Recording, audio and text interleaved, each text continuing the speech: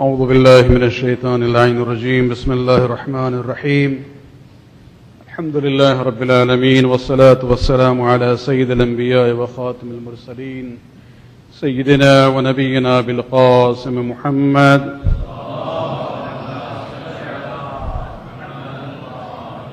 وعلى أهل بيته الطيبين الطاهرين المعصومين الذين أذهب الله عنهم الرجس وطهرهم تطهيرا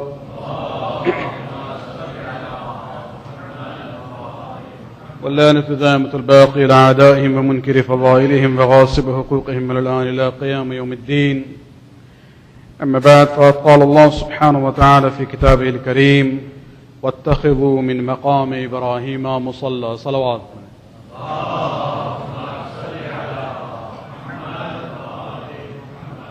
Tonight we're commemorating the tragedy which took place on the 8th of Shawwal in the year 1343, which corresponds to 2nd of May, year 1925, when the Wahhabis demolished the shrines of Ahlul Bayt and the companions of the Prophet in Jannatoul Baqi, the historical cemetery in Medina.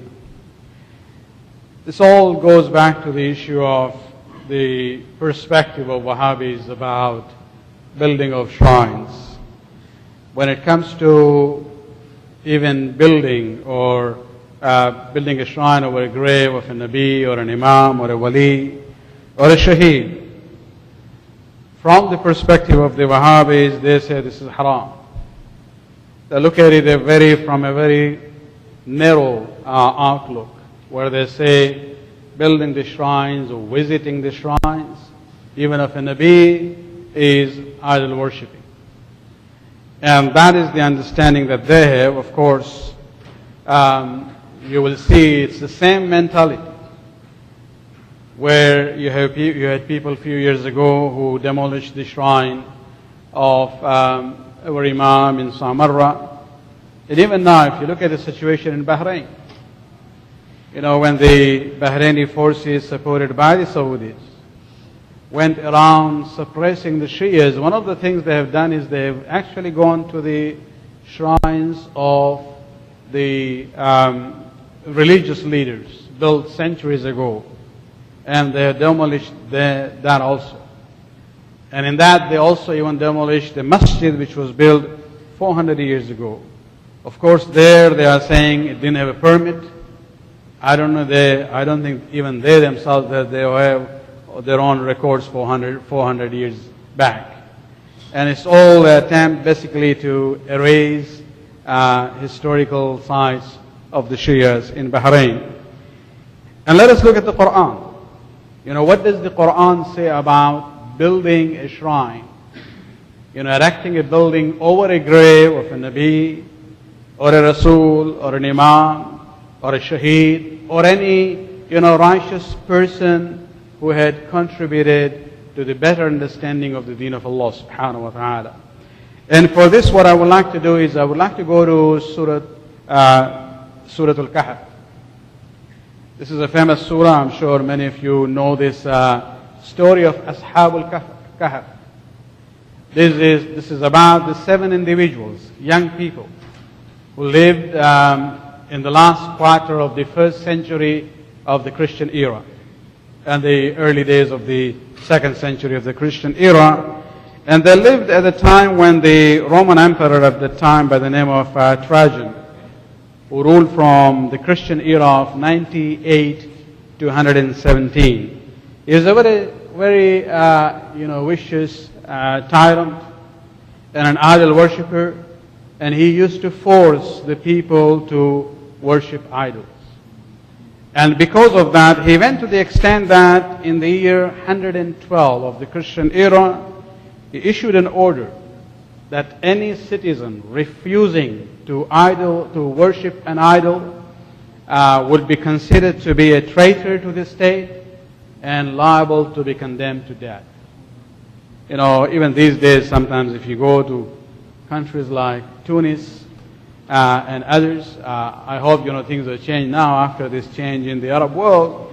But a few years ago, Tunis actually had declared that anyone who identifies himself or herself as a Shia will be considered state, against the security of the state, and they will be dealt with in that way. And so even this person, basically was saying that if people do not worship idols, they will consider to be traitor and condemned to death. And this is where these 7 individuals who were Christians, believers of Isa ibn Maryam, who did not believe in idol worshiping, they sat down and they said, what do? We have only 2 choices. Either we give in to the majority pressure and start worshiping idols, or we refuse and be killed. And none of these options are good options. And so they decided basically to move away from that city, go in isolation where they can still, maintain their own faith. And this is where these 7 individuals basically were going out of the town. They asked one of the shepherds about the direction towards the hill, and he showed them the way, and the dog of this shepherd started following this group. And that's where you see in the story of Ashab al-Kahf, that there were these 7 individuals and a dog who was with them. Eventually they reached to a cave where they found it to be suitable, and they decided to make that as a refuge for themselves.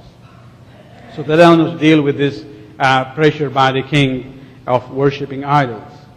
And Allah subhanahu wa ta'ala in Surah Kahf actually even describes the direction of the cave, how in the morning the sunrise will go from which direction. And based on the descriptions which are there in the Quran, the most likely place which would fit those descriptions from the Quran is the place in Jordan known as the cave of Ashab al-Kahf, not the one in Syria or other places. Because if you look at the studies done by some of the experts on this issue, the cave which is there in Jordan seems to be the most authentic one. Even Allama Tabatabai actually, is inclined in accepting that one. They prayed to Allah subhanahu wa ta'ala, and Allah showered His mercy on them in a very unique way. And why He did this, we'll know later on. He basically made them go to sleep for a long, long time. They were not put to death. They slept. And they slept for not 1 week or 1 month or 1 year or 10 years. They slept for 300 years. And after 300 years, Allah subhanahu wa ta'ala decided to raise them. And this is where the reason will come up later on. That the people of that time, after this passage of 3 centuries, they had become believers now in that region. But they still had some doubts about the concept of resurrection.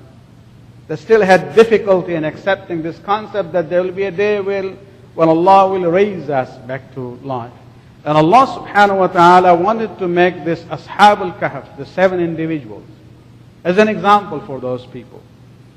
And so when they woke up, they didn't realize that 3 centuries have passed. They started talking to one another. Quran says they asked one another, how long we have been sleeping here? One said maybe 1 night, and another said maybe a day or 2. And so they said, well, we are feeling hungry. So they asked one of them to go to the town, find a good grocery shopper and get some good food. So he went with the coins of 3 centuries old coins. But when he went to the town there, he looked at it, everything has changed. Even the structure, the houses, even the dress of the people is different from what I thought yesterday. This is what he's thinking. So what has happened? Is it a new place? And he was still confused himself. And even people looking at him, his attire of those days, things had changed in 300 years. So they were looking at him in a weird way. So he then bought certain items for the food, and to pay that merchant, the shopkeeper, he took out those coins. And he said, these are antique. I'm not going to buy this. Give me the current coins. And he says, well, what do you mean this is not current? So he looked at it and he saw, the name of the king, Trojan, was there. And he said, this is 300 years old coin. And so what's the name of the king of this time? And he was told, well, his name is Theodosius. And the people all are Christians in the city now. They are, good people. And so this conversation others heard, and then this news spread that these 7 individuals were lost in our history because people were looking for them. And this story was going from one generation to another. There were some 7 people who did not want to worship idols that had gone away, and he is one of them. And so people gathered around him, and eventually he told them his story, took them to the cave. And now there was a confusion there. They were saying, what happened? Why are these people coming? Are they coming to kill us or force us to do idol worshipping? They didn't know. And this is where we see that after these people had gone, this was actually a symbol of Allah subhanahu wa ta'ala to show them. Because if you look at ayat number 21, Allah says, thus we made the people of the city acquainted with the Ashabul Kahf, so that they may know that the promise of Allah is true, and that there is no doubt in the coming of the hour of resurrection. So the whole purpose of keeping them alive for 300 years without them eating or drinking is one sign. And then raising them in that way from that slumber and sleep, and letting people know was a way to strengthen the iman of those Christians, so that they may be able to believe in the concept of Qiyamah in a more stronger way. Salawat.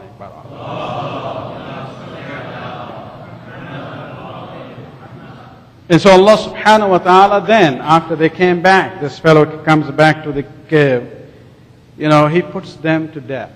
Now they die. And when after they died, the people of the town now started having a dispute among themselves. They said, what do we do with them? Now they were not even sure whether they have died or they have been put to sleep again. So, do we bury them? We just leave them like that? There was dispute. There was one group who was saying, فَقَالُوا ابْنُوا عَلَيْهِمْ بُنْيَانًا رَبُّهُمْ أَعْلَمُ بِهِمْ, from Surah Al-Kahf.